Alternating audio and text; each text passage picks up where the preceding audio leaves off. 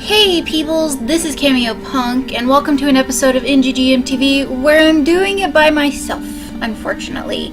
It's kind of hitting one of my pet peeves. I don't like doing things by myself, especially with this show, because I hate one-sided topics on an opinion that is good from getting a perspective of different people. Kind of like when you saw Five Nights at Freddy's NGGMTV episode, or the Pokemon ones. But this one I'm doing by myself, and I'm talking about Torchlight. Now, I did a couple of videos about Torchlight earlier this year, back in January and February. And if you want to go check those out, they're in my videos list, and they're not that hard to miss. I don't have a whole lot of videos uploaded. But, Torchlight 1 was kind of the first game. I got introduced to it back in... Jeez, I don't know how long it's been since I've been playing this game. But WildTangent was the one that introduced it for me. A lot of this game is sort of referenced in the second Torchlight game, and these three right here are mainly represented as well. You have the Alchemist, you have the Vanquisher, and you see the Destroyer. And each one you see in a different aspect of the game. If I'm remembering quickly, it's the Alchemist that you're destroying, the Vanquisher, which you will get to see in the next time I play Torchlight 2, when we go rescue the Guardian, or protect the Guardian, and then this is the guy you meet at the very beginning, right as you're making your way to the Mysterian City, if I remember correctly. But in Torchlight 1, you don't get a lot of options. You just get to choose between three characters, or at least three different types of style. You have a marksman, an alchemist, and a guy that can do swords. And then of course you can only pick between a dog or a cat, and by dog they mean practically a wolf, or a bobcat, or a lynx, whatever you want to call them. As always, at the beginning of this game, you have question marks because you're in a city. You have to answer questions, or not answer questions, but help with quests. For example, this guy has a quest, so we'll just take it. But what I really like about this game is it's like Fate, if you've ever played that game series, except you're not a child. Seriously, you're not a child playing this game, you're an adult. And it does have similar aspects to it. I mean, you can change your pet into different forms and looks. You can change your armor and upgrade yourself. And the only difference between it really is the types of monsters. Help or stay out of the way.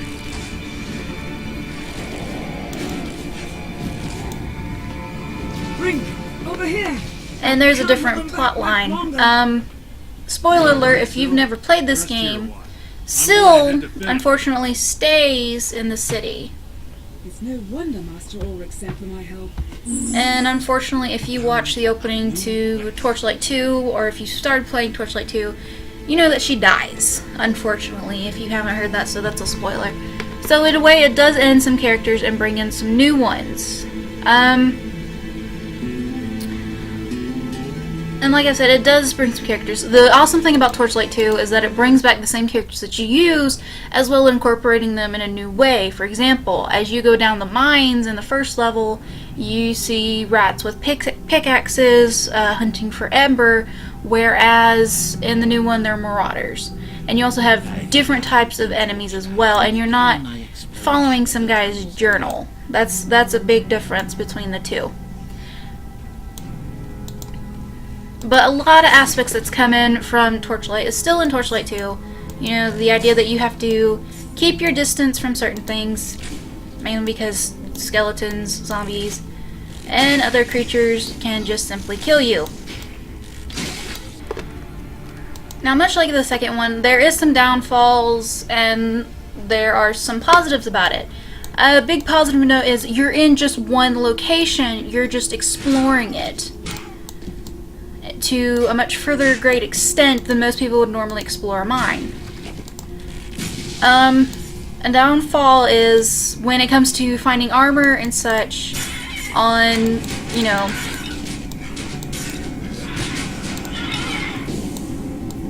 say, well, just in general, when you find armor. The downfall with it is that, you know, unfortunately it's going to increase your stats on your skills level, or on your character sheet pages. And if you're like me and you try to keep that thing evenly balanced, you kind of have to take off armor and stuff like that to make sure you know where you left off. However, most people don't normally do but that's essentially where it goes. So yeah, and mostly and in generally, to get to a certain weapon, you gotta have certain stats. So when you try to go one-sided and just increase one stat to get a certain weapon, when you have to take down your armor or anything to get higher and better level armor, like, you know, it recommends if you're getting killed, you need to upgrade your armor. You could potentially lose that weapon that was working so great for you just because you're dying in an early part of the game. So this is a game where essentially power is not always the greatest.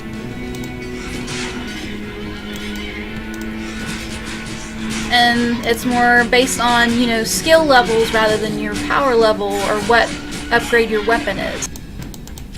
However, if you play your cards right and you do kind of like what I do when I play this game, which is generally just making sure that, you know, your power level isn't at too high of a level, but your skills are at a good point where you can, you know, get those weapon and get those armor upgrades like you want, then essentially you have the possibility of really getting good at this game. And when it comes to that final boss, like in the very end of Torchlight that you get to see, when I kind of just give a personal review, or just essentially just tell you the story of Torchlight, you gotta have really good stats to beat that thing. It took me essentially, the first time I tried playing against it, it took me a grand total of about 5 deaths just to beat the boss. But it's pretty good. It gives you a good starting run to understand the basics of Torchlight and kind of get an idea of what happened and how this alchemist story began. So if you've never played Torchlight at all, and you've already played Torchlight 2, I would recommend that you stop and go and play this game. Because it gives you an idea of the story before everything else that's happened. Essentially before you lose Syl and before you lose the city of Torchlight. Now there are some few changes that have happened since Torchlight 2 came out and before Torchlight before Torchlight 2 ended, essentially, and that is, you know, location, blah blah blah blah blah. I really like this one over the second one. I mean, I do like the second one in the sense that you have more classes to work with, but I kind of like this one originally because other than the main 3, you still get a good weapon variety. You don't have to be a certain career to get to a certain weapon, because that will happen when you play this game, is you can only do a certain kind of weapon for a certain thing, and if you're not that certain class for that cool weapon that you want to do, you have to make the option of, do I start all over from the beginning, depending on where you are, or do I essentially just keep going and try to find something else?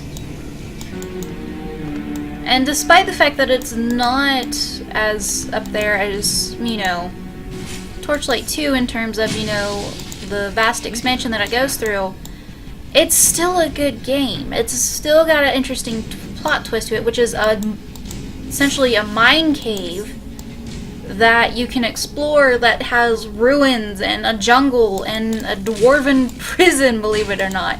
It's got a great expansion to it just by the sense that you're not traveling in this kind of a world. It's not just a mine, it's also more than that. And it goes to civilizations beyond the mine. I mean, the mine's just essentially the first level, kind of like a tutorial for you to understand the basics of the game, if you want to think it like that. And another good thing that's interesting about it is that when you compare Torchlight 1 to Torchlight 2, some of the stats are a little bit the same, some of the characteristics are a little bit of the same. However, you know, when it comes to things like spells and stuff, you get different kind of spells. And each one requires a level, a certain height of the level. And yes, if you did and you wanted to, you do get the chance to make these all at least 1 point before you even beat the game. Actually, I think before you even go halfway through the game, you can do that.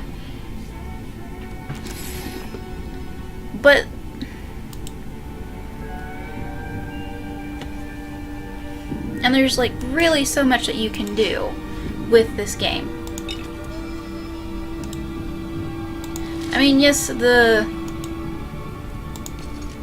armor and stuff is kind of a little bit just one-sided. You don't get to see a whole lot of variety. You don't see a lot of sets or anything.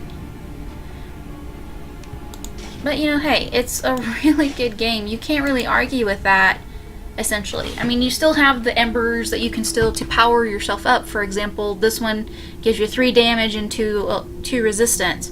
And you can still do that kind of stuff. You can also enchant your weapons and everything else in between.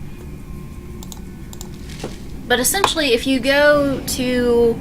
One of the bigger things is with Torchlight 2, and I do mean this is the positive about Torchlight 1, you have such a big map that you have to explore. If you remember the last video I just did where I just played, you know, Torchlight 2 for fun, most of that map was taken care of in about, if I had to guess, 3, maybe 4 episodes. And it takes a good solid 30 minutes just to explore an entire map on Torchlight 2. Torchlight 1, there's not much distance between the beginning and the ending of the level that you're on before you move on to the next one. And the boss battles essentially are about the good same size in terms of a field, except for the final boss battle. That arena is flipping huge. So there's a lot of room to run if you need time to get away, take some potions, get your health back into place or get your mana back to where it needs to be, and then go back in and fight. And you can still do that. And one of the downfalls, though, of Torchlight 1 that Torchlight 2 did with this is, as you can see right here on my list, your pet can learn spells, which is something they replicate in Torchlight 2. However, unlike Torchlight 2, the accessories here that you give your pets are only the rings and necklaces, and that just increases their resistance to certain elements, maybe giving them a little bit of a damage boost. But until you get about, let's see, where is it? Level 15, you can start increasing your pet mastery. And I know that doesn't seem a whole lot, but each base, essentially before your boss battle, there's about 3 to 4 levels before you reach the boss battle arena.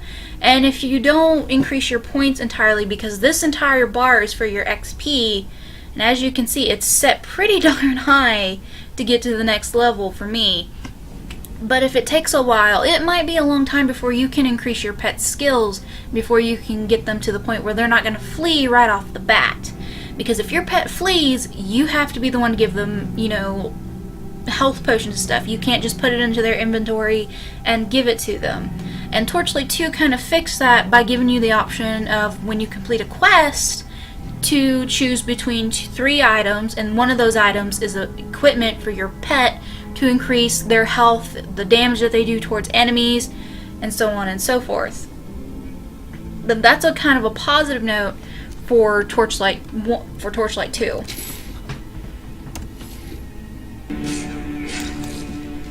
Now, when it comes to enemies, there are a bunch of different enemies on here. For example, this first level is just mostly spiders, slimes, and even a rock troll from here or there, until you reach the boss level. And unfortunately, if you haven't seen, you know, the story, it's Brink at the beginning. You don't want to believe it, but it is.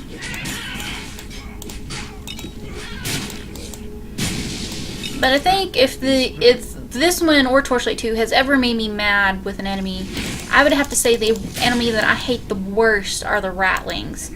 There's, like I said, there's 2 types of ratlings. There are these ones, and then they become like marauders with either bows or swords instead of, you know, like pickaxes. And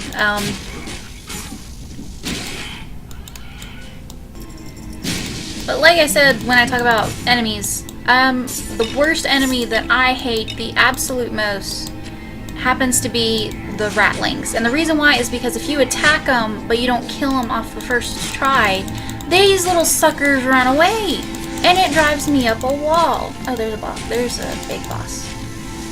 But I hate them to a T because they just, oh, they're so annoying. Because it's like if you don't kill them right off the bat, then you just wind up, you know, essentially just chasing after them, and then that just takes so much time. Because if you don't chase them, then you wind up having to make the decision of, okay, I'm gonna have to chase them, because now they're gonna come back and come after me again. And if you've got a group, about 3 or 4 or so, I mean, seriously, look, they run away as soon as you slay one of their members, and the only way you can get a hold of them is if you manage to kill them off in one swoop, or if they come back as a group and you can take out more than one. And those are seriously the worst creatures that you have to face. I mean, these little guys right here, they'll do it too, but it's like a split second and then they turn around and come after you. So they don't do it just as bad as those ratlings. In terms of my favorite boss battle, it's not that far from where I'm at on here in terms of these levels. But I would have to say it's the 3 sisters. You get to a point where you have to find research because you get poisoned with ember, and you have to try and find a cure, and the only way to do that is essentially to, you know, go to this library that is currently under the possession of 3 sisters, 3 ghost sisters to be more exact. And, you know, you have to defeat the 3 ghost sisters to be able to go past it. And the thing about these ghost sisters is that they have the ability to summon more monsters. And that kind of sucks. There's like a necromancer kind of character that kind of replicates this ability in the second Torchlight that essentially just does the exact same thing, and it's just annoying. Because right as soon as you get to the point where you think you're going to win, they'll summon more just to distract you. You have no choice but to go after those. And it's a constant thing that you have to do when you play this game. Or when you play Torchlight 2. But if I had to say, that was probably my favorite boss battle, because they're the only bosses that do that. I mean, the final boss battle, he can summon dragonkins, which are just like dragons that can walk around on 2 legs. You know, those are kind of cool or whatnot. But they summon the characters that can damage your health. The 3 sisters can. And that's what I like about it, because that one's a little bit more of a challenge, because not only do you have creatures that can zap your health, zap your mana, but you also have to take care of 3 bosses. And if you don't take them out, then you're in trouble. Another positivity that I really absolutely like about this game is the fact that with Torchlight 2, there are not as many, I guess you could say, helps as there are in other ones. For example, the only way you get items is if you defeat an enemy. Well, the downfall with that is you have to explore a map for about a good solid 30 minutes to find an enemy that might actually even carry anything. Because in Torchlight 2, the enemies are not guaranteed to carry anything at all. However, if you go after something like his, you're probably guaranteed a pretty good sized chance to find something. And if you can't find anything, then you have things like these called Foreman's Tables, which give you charms, spells even. It also gives you a chance to get scrolls, like scrolls to send you to the town, which is just right above your head. You're just several floors down a stupid mine. Just can't get to it fast enough. And, you know, it's a lot easier in terms of checking your inventory, doing it what it is. There is a time rate, unfortunately, for your pets. The further you go down in the mine, the further it takes for it to, you know, get back with money from items that you've recently took. And another positive thing is when you defeat a boss battle in this game, you have a really, really good chance of essentially, you know, you essentially have a chance to find more fishing holes, because I think there's a probably at least one, and then it kind of fewers out just a little bit. But you have a chance of catching fish to upgrade your pets a little bit, give them a chance to become like a benefit, I guess you could say. But it gives you a chance to explore the other options. for that to happen in Torchlight 2, it's mostly done at campsites, wherever the big city that you're is. If it has a water area, you can do it there. But other than that, it's very far few in between for some characters. And another cool little tip is that if you find these little areas and you find the little plunders, boom, instant access to extra treasure, extra gold, all the stuff that you can spend on your heart's desire when you get out.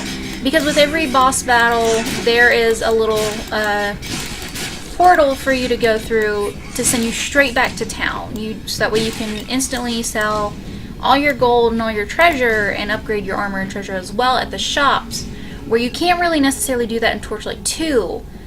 Mainly because, because you have such an extensive map. And if you don't believe me, let me explain what I mean. The moment you leave the map that you're on and go straight to another map, that can happen. So it can get boring pretty fast with you doing nothing but exploring hidden areas, as well as possible hidden other caves and treasure systems with their own kind of boss that you have to defeat in order to get out of the cave system. I mean, it's a good way to quickly level up and gain even more experience, but it kind of gets a little old because you're doing nothing but just filling in blank pages of old maps that you will not be going back to explore. Essentially, what the thanks due to that Torchlight 2 kind of gives you a star showing you which direction to go towards your objectives. So yeah, it gets kind of boring real fast, especially if you ignore the objectives and you start going after, hidden, extra characters, extra missions, things like that. And there are little side quests, but not as much as Torchlight 1. In Torchlight 1, the quests are they're the same characters, but it helps you explore the caves more. It gives you a reason to explore the caves more. Because you have to find certain items or you have to defeat a certain boss. And it may not be a major boss battle that you have to defeat for one of them, but you kind of get the sense that you defeated the character well enough, or that you got to move on. And it also helps it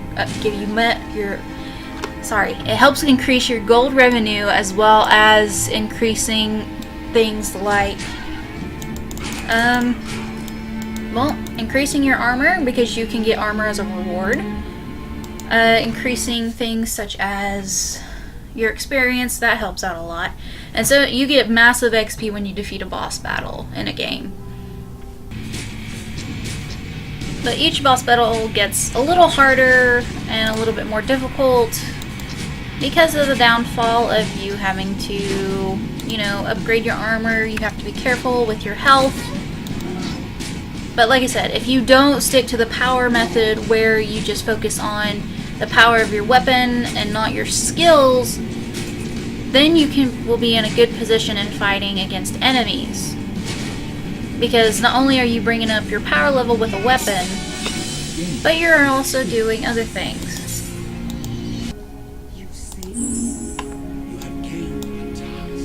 Now, one thing that you have to do, regardless of which game you're playing, whether it's Torchlight 2 or Torchlight 1, if you ever defeat the boss battle, when you defeat the boss battle, always explore the map around it if you don't get to explore it right off the bat before the boss battle starts. Because there's a lot of hidden treasure.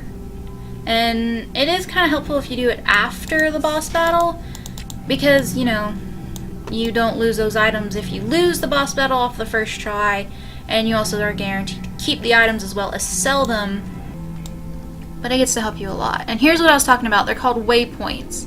So as you can see, the dungeon here changes once we go down the next set of steps. But after every boss battle, a waypoint is activated to transport you right back to the town.